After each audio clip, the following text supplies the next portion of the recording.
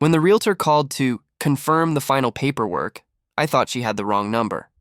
I remember standing in my kitchen, still in my robe, a cup of tea cooling in my hand when she said it again, my full name, the address of our house, and the words, "Final sale." My throat went dry. I could hear the faint sound of a spoon clinking in the background, my sister-in-law Clara stirring sugar into her coffee, humming softly as if the world were perfectly fine. That was the moment I realized something had gone terribly wrong. People say every betrayal has a beginning, a small crack you choose not to notice. If I look back now, that crack began on a soft April afternoon, the day Clara moved in. It wasn't supposed to be permanent. Her husband, my husband's younger brother, had died suddenly, and Clara was lost in a fog of grief. She had nowhere to go, and when she called me, her voice was so small I didn't hesitate. "Stay with us for a while," I told her. Family helps family. We cleared out the guest room, aired the linens, and placed a vase of fresh lilacs on the windowsill. I remember feeling proud that our home could offer comfort. Back then, everything about our life felt steady. My husband, James, had a small contracting business. I managed a community center office part-time. We weren't rich, but our house was ours, a little brick home on a quiet street, with a porch that creaked in rhythm with the rocking chairs. In the evenings, we'd sit out front sipping tea and listening to the crickets. James would talk about maybe remodeling the kitchen, and I'd tease him about finishing the porch first. Simple dreams. When Clara arrived, she carried 2 suitcases and a single framed photo, her and her late husband on a beach somewhere, smiling into the sun. Her eyes were red and swollen, and I remember hugging her tight, smelling faint perfume mixed with something bitter, like old smoke. "I don't want to be a burden," she whispered. "Your family," I said. "Stay as long as you need." At first, she barely left the guest room. I'd knock gently to bring her meals. Soup, toast, cups of tea she'd forget to drink. James was patient, always saying, "She just needs time." Weeks turned into months. Slowly, Clara started emerging again, offering to cook, to help with errands, to organize the paperwork James kept in boxes near his desk. I was grateful. I thought she needed a purpose. She had this calm, efficient way about her. Bills got paid early, the pantry was stocked, even the old files were neatly labeled. "You two have too much on your plate," she'd say. "Let me handle the boring stuff." I didn't see the danger in it. Life settled into a rhythm. Clara doing morning coffee, James leaving early for site visits, me juggling the community center. On weekends, we'd have quiet breakfast together. Clara laughed more now, a low, melodic sound that reminded me of the way she used to be before the loss. Neighbors began to comment, "It's good to see her smiling again." And it was. I was proud of how we'd helped her heal. There was even a kind of sisterly closeness growing between us. We'd fold laundry together while talking about small things, recipes, the new family that moved in down the street, a sale at the market. One afternoon, she handed me an envelope and said, "You and James should think about refinancing. The rates are better now," I blinked. "You've been looking at our mortgage?" She smiled quickly, as if it was nothing. "Oh, I saw the paperwork while sorting bills." "Just trying to help." I brushed it off. Clara was family. She'd handled her own finances for years. Maybe she was just trying to share advice. James seemed fine with it, too. "She's got a head for numbers," he said. "It's nice not to worry about every little thing." That was the first crack. I remember it clearly now, the unease that lingered after her words. But I didn't want to seem ungrateful or suspicious, so I ignored it. Then came the small, almost invisible changes. Mail stopped coming to the house as often. Clara said she set up paperless billing. The property tax notice never showed up that spring. She said she took care of it online. And once, when I mentioned wanting to repaint the living room, she tilted her head and said softly, "Maybe don't invest too much in updates right now." It sounded odd at the time, but I was tired and work was stressful. I told myself she just meant to save money. There was a comfort in believing things were fine. Sometimes at night, I'd wake and find the light under the guest room door still on. Clara had always been a late sleeper, but once I caught a glimpse, she was at the desk, whispering on the phone. I didn't want to intrude on her grief, so I quietly went back to bed. James never seemed to notice. When I asked if everything was okay with her, he shrugged. She's doing us a favor, handling the paperwork. Leave her be. He trusted her completely. It's strange how betrayal builds itself out of small kindnesses. Looking back, every warning was wrapped in something that looked like love. The night before the call from the realtor, Clara had made dinner: lemon chicken, roasted potatoes, my favorite. She was cheerful, even playful, talking about how she might find her own place soon. Oh? I asked, surprised. You found something you like? She smiled. Just looking. You know how the market is. James had nodded approvingly. It's about time you start fresh. I didn't realize then how literal her plans were. The next morning, when that phone rang, I thought it was a routine check-in from the bank. But as the realtor's words sank in, final sale, transfer complete, possession date next week, I felt the world tilt beneath me. I managed to ask, who authorized this? And when she said, Mrs. Clara Whitman, my knees nearly gave out, because Clara wasn't on the deed. Or so I had thought. I turned slowly toward the kitchen. Clara stood at the sink, back to me, washing a single cup. The morning light glowed through her hair, and for a fleeting second she looked like peace itself. Then she turned, saw my face, and froze. The smile faltered.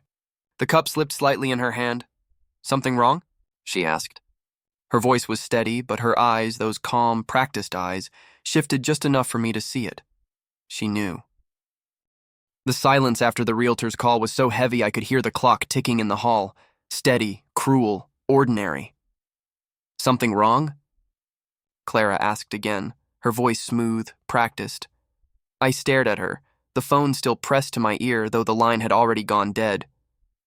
You sold the house, I said. My voice didn't sound like mine. Too flat, too far away. She blinked, set the cup down carefully, and dried her hands with the dish towel. I think you're confused, she said softly. Why don't you sit down? Confused? I repeated.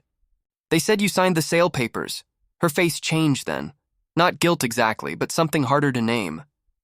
Pity, maybe. The kind of pity you feel for someone who's already lost. Everything was handled properly, she said. James approved it. I turned to my husband. He was standing in the doorway, coffee mug in hand, looking between us as if we were arguing about something trivial. Groceries, maybe, or bills. James, I said. Tell me you didn't. He sighed, rubbing the bridge of his nose. It's not what you think. Clara's been helping manage things. The business needed liquidity. It's a temporary move. A temporary? You sold our house, James? He didn't meet my eyes. It's not just ours, he said quietly. That's when the world truly cracked. The next few hours blur in my memory. Papers on the table, voices rising, words like trust deed and joint ownership floating around me like smoke. Clara sat perfectly still through it all, hands folded, every answer calm and prepared. She explained how months ago, with James's verbal consent, she'd transferred partial ownership into her name for legal efficiency, how she'd restructured the mortgage and secured a buyer before the market dropped. Every sentence was smooth, rational, practiced. When I demanded to see the documents, she produced them from a neat folder, all signed, all stamped, all perfectly legitimate. My signature was there too, at least. Something that looked like it. Forgery, I whispered. You forged this. Clara tilted her head. You must have forgotten. We went through everything together. Remember the refinancing packet? And suddenly I did remember. That afternoon at the kitchen table, she'd placed a small stack of forms in front of me. Just a few updates, she'd said. Nothing major, just keeping records current. I'd signed without reading every page. I felt sick. James sat down beside me, his voice lower now, defensive. Clara didn't mean any harm. She's just trying to help us keep things afloat. By selling our home? It's not that simple, he said. The business has been struggling. We needed capital. I stared at him, realization dawning cold and slow. You knew. He didn't answer. That silence was worse than anything. The days after that passed in fragments. Boxes began to appear, first in the hall, then in the living room. It's just for storage, Clara said. But they weren't our boxes. They were new, labeled in her handwriting, bedroom, kitchen, office. When I asked what she was doing, she smiled. Preparing. It'll be easier when the movers come. I tried calling the bank, the realtor, anyone, but every line led back to her paperwork. Her name was on everything. My name meant nothing now. Even the neighbors started avoiding eye contact. Rumors spread quickly on our street. Financial trouble, they whispered. Family dispute. At the grocery store, Mrs. Dempsey from across the way tried to offer sympathy.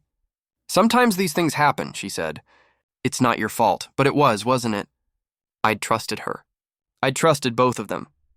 One night I woke to the sound of voices in the kitchen. Low, urgent, familiar. I crept halfway down the hall and stopped when I heard Clara's voice. She's not going to fight it, she said. She's too tired.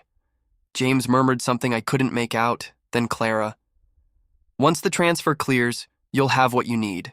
We both will. There was a pause and then the sound of glass clinking. A toast. I backed away before I could hear more. My heart was pounding so hard I thought it might give me away. In the morning, I pretended nothing was wrong. I made coffee, I smiled. I asked Clara about her new place. Oh, it's lovely, she said brightly. By the lake. Quiet, private. She poured herself coffee, humming again, the same tune she'd hummed the day I invited her to stay. It hit me then. This wasn't grief anymore. It was performance. She'd built her healing on the bones of my life. The night before we had to vacate, I found the courage to confront her one last time. The boxes were stacked neatly by the door. The house smelled of lemon cleaner and loss. You planned this, I said, from the beginning. Clara looked up from sealing a box. I adapted, she said simply. You opened the door? Her words landed like stones. Why? I whispered. You had family. You had us. She set the tape roll down and met my eyes. You think people owe you because you're kind, she said. But kindness is just another form of power. You use it to make people feel small. I was too stunned to speak. She stood, brushed her hands off, and smiled. Not cruelly, but almost tenderly. Don't worry. You'll land on your feet. You always do. Then she walked past me out onto the porch, where the rocking chairs still swayed in the breeze. The next morning, she was gone. When the movers came, I stood in the empty living room, tracing my fingers along the walls. The echoes felt wrong, the kind of wrong you can't fix with paint. James packed the last box in silence. I didn't ask where we were going. I didn't care. Outside, the for sale sign had been replaced with a new one, sold underneath in smaller letters, Whitman Realty Group, Clara's last name. I thought losing the house would be the hardest part. It wasn't. It was coming to terms with how easily they both carried on, as if nothing had shattered. We moved into a small rental on the outskirts of town. A squat little place with thin walls and the constant hum of traffic outside. The kitchen was half the size of the one we'd left behind, and the air smelled faintly of damp plaster and stale coffee from the tenants before us. James spent most evenings at the shop, his name for the auto repair business he'd started years ago. But now I wasn't sure if that place even existed anymore. He always came home late, his shirt smelling faintly of beer instead of motor oil. And Clara, well, she was gone officially. But her name stayed in everything. The mortgage statements forwarded to our new address, the leftover mail with her signature scrawled in confident blue ink. I tried to tell myself I could let it go. That maybe this was a sign. A clean slate, a smaller life, a quieter one. But something in me refused to sit still. A week after we moved, I drove past our old house. It was almost unrecognizable. The shutters repainted pale gray, new curtains in the windows. The flower beds I'd tended were gone, replaced by a gravel path, and there in the driveway stood Clara. She was laughing with a man I didn't recognize, holding a clipboard. She looked radiant. New clothes, new haircut, her gestures brisk and professional. That's when I saw the sign again. Not Whitman Realty Group anymore. Whitman and Harper Family Investments. She hadn't sold our home to someone else. She'd sold it to herself, through a new company. And Harper? That was my husband's middle name. I sat in the car until my hands stopped shaking. Then I took out my phone, opened the camera, and took a picture. It wasn't anger that filled me this time. It was something quieter, colder, a kind of clarity. That night, I waited for James to come home. He walked in around 9, loosened his tie, poured himself a drink. Rough day? I asked too evenly. He shrugged. Long. Did you see Clara today? He froze, glass halfway to his lips. What kind of question is that? I drove by the house. He set the glass down, eyes darting toward the counter where his phone lay. You shouldn't have done that. She's living there now, isn't she? I said. In our house. He didn't deny it. She has her own business now, I continued. Whitman and Harper. Care to explain the Harper part? The silence that followed was the kind that fills a room until you can barely breathe. Finally, he sighed. It's not what you think. Then tell me what it is. She needed help setting up the company. I let her use my name for the paperwork. You let her use your name? I laughed, a short, bitter sound. That's all it takes now? A signature and a lie? His jaw tightened. You're being dramatic. Dramatic? I stepped closer. She stole our home, James. She stole our life. And you stood there and handed her the pen. He looked away, muttering, You never understood what it's like to build something and watch it fall apart. Don't you dare make this about pity, I said. You weren't trying to save your business. You were trying to save her. That was when his silence became confession. I didn't sleep that night. I sat at the kitchen table, the same way I had the day this all began, with the hum of the refrigerator and the ache of the truth pressing down on me. By morning, I had made a decision. I gathered every document I had, bank statements, mortgage transfers, Clara's so-called helping agreements, and took them to a lawyer. A friend had recommended someone quiet but sharp, the kind of woman who didn't flinch at ugly family stories. She read everything slowly, her lips pressed into a thin line. When she looked up, her eyes were cold steel. You've been defrauded, she said simply. This isn't just unethical. It's criminal. Something in me exhaled for the first time in months. The next few weeks were a blur of meetings and paperwork. The lawyer filed an injunction, and suddenly Clara's perfect composure cracked. She called once. Only once. You really want to drag the family name through the mud? She said, her tone brittle. After everything I did for you? I didn't respond. I just let the silence stretch until she hung up. It felt strange, taking action after so much quiet endurance. Like waking up after a long sleep and remembering who you used to be. The legal process moved slowly, but steadily. The house sale was frozen, the funds traced back through her fake company. Turns out she'd been funneling profits into private accounts for years, using my husband's signature and my misplaced trust as cover. James was called in for questioning. I didn't go with him. When he came home that night, he looked like a man half drowned. I didn't know it would go this far, he said. You didn't care enough to stop it, I replied. He tried to reach for me then, but I stepped back. For the first time, the space between us felt honest, wide and unbridgeable. Weeks later, the lawyer called with an update. The court's leaning in your favor, she said. You'll get your share of the proceeds back. Maybe more. But it wasn't about the money anymore. It was about something deeper, dignity maybe, or peace. That evening, I drove past the house again. It was quiet now. The curtains were drawn, the investment property sign taken down. Clara's car was gone. For the first time in a long time, I didn't feel the need to stop. Back home, I sat by the window, watching the sunset bleed into the clouds.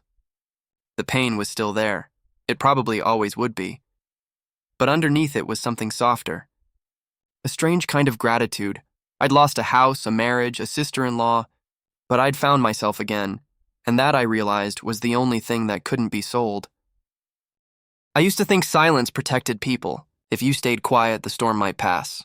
But I've learned that silence can rot you from the inside out, especially when you're protecting people who never protected you. By the time the case went public, the story had taken on a life of its own. The local newspaper didn't use our full names, but everyone knew. Small towns have long memories and short patience for scandal. Family real estate fraud, the headline read. Beneath it, a photo of our house, my house, the place I'd built my life around. The first time I saw it, I felt sick, but then strangely calm. Because finally, the truth wasn't just mine to carry. James stopped coming home soon after that. He said he was staying somewhere quiet, which probably meant Clara's, but it didn't matter anymore. At the grocery store, people whispered. A few came up to me, eyes wide with sympathy that felt half like curiosity. You're so strong. one woman said, her hand hovering near my shoulder. I smiled politely. I didn't feel strong. I just felt awake. The court hearings were grueling. Clara sat across from me in her crisp blazer, hair pinned perfectly, her smile stretched thin like cellophane. She had a lawyer who argued she was misguided but well-intentioned. Mine called it what it was, theft. Each time they read a document with my forged signature or James's authorization, I felt another thread of my old life snap. When it came time for Clara to testify, she spoke with that same steady, charming voice that used to convince me to hand over my house keys and grocery list. I just wanted to help, she said. I thought I was saving them from financial ruin. I caught her eye then. For the first time, she looked away. A week later, the verdict came. The court ordered restitution. The sale reversed, the funds returned, a public correction printed in the same newspaper that had broken the story. Clara was fined heavily and barred from operating any business for 5 years. James received a lighter sentence, willful negligence, they called it. But the damage was done. He lost his business, his reputation, the little dignity he had left. I watched all of it unfold from a distance. The way you watch rain hit a window. Part of you wants to wipe it away, but another part knows it has to run its course. The day the correction appeared, the phone started ringing again. Old friends, neighbors, even my cousin who hadn't called in years. We're so sorry, Marie, we had no idea. I believed them, most of them. But apology doesn't patch the cracks. It just stops the bleeding. There was one call that stood out, though it was Mrs. Fletcher, the old widow who used to live across the street from us before the house was sold. I knew something wasn't right, she said softly. Your sister-in-law came by a few weeks before the sale. She asked me to sign something about the property line. I refused, told her she wasn't the owner. She got angry. Thank you, I whispered. She chuckled. Don't thank me, dear. I've seen a lot in this neighborhood. People forget. Truth always finds its way back home.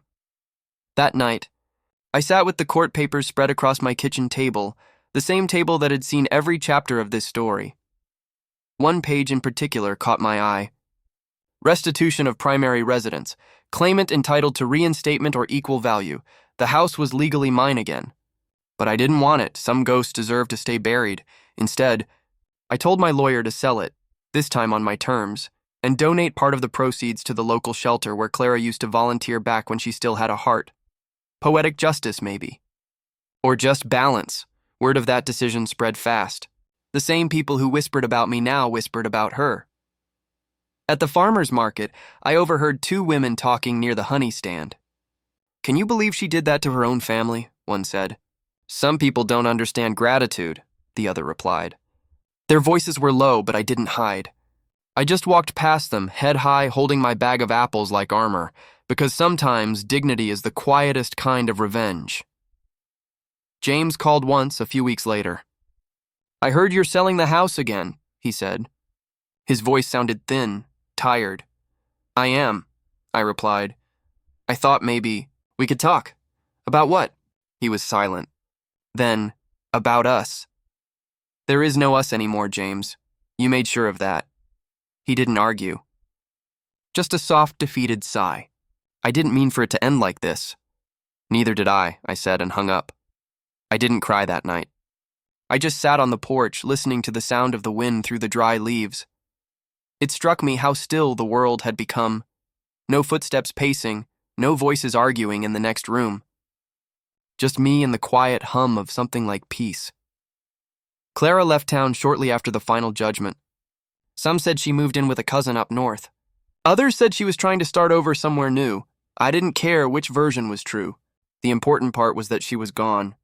But every now and then, when I pass a woman in a sharp blazer and perfect hair, I feel that old flicker in my chest, the ache of betrayal mixed with something like pity.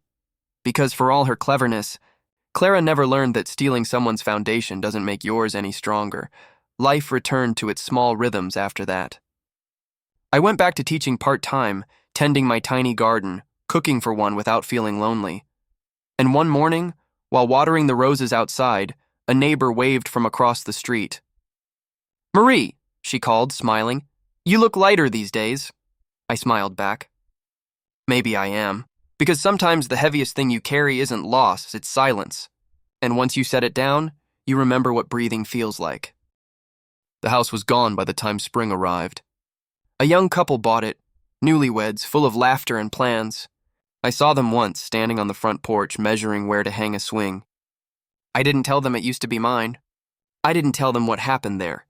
Some homes deserve a clean slate. With the sale finalized, I moved into a smaller cottage just outside town. It wasn't grand, but it was mine, truly mine. The first morning I woke up there, sunlight poured through the thin curtains, and the air smelled of lilacs from the garden outside. It was quiet in a way that felt safe again. I painted the kitchen yellow, the color of warmth. I bought mismatched mugs from a thrift store. I planted herbs in old jars along the windowsill. For the first time in years, I didn't feel like I was holding my breath, but healing doesn't arrive like a gift. It creeps in slowly, the way dawn replaces night without anyone noticing. For months, I avoided talking about what happened. People would bring it up gently. "How are you doing now, Marie?" Their eyes soft but full of the question they didn't ask. "Do you still hate her?"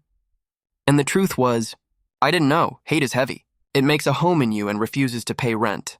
For a while, I thought carrying it made me strong, that it was the only proof I had of being wronged.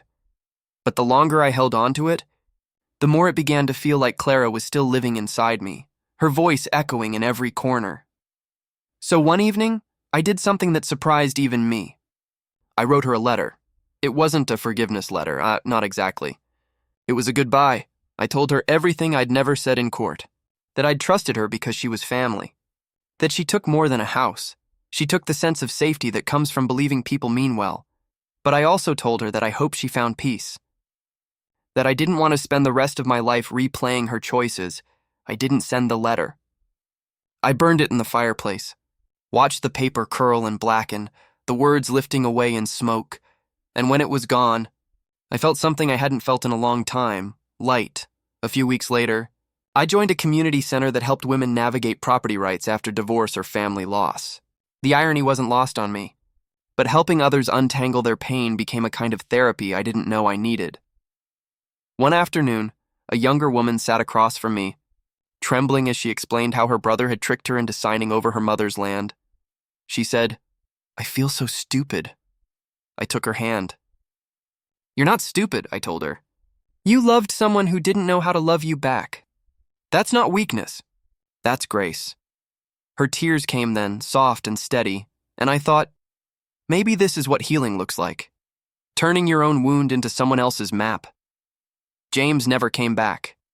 I heard through mutual friends that he'd moved to another town and was trying to rebuild. I didn't wish him harm, just distance. Sometimes, when I drove past our old neighborhood, I caught a glimpse of the maple tree by the driveway.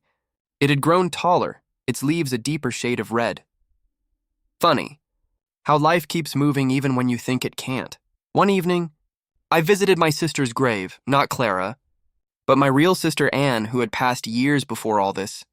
She was the gentle one in our family, always reminding me to see people's hurt beneath their harm. I knelt by the headstone and said quietly, "You'd probably tell me to forgive her." A soft breeze rustled through the grass and I smiled.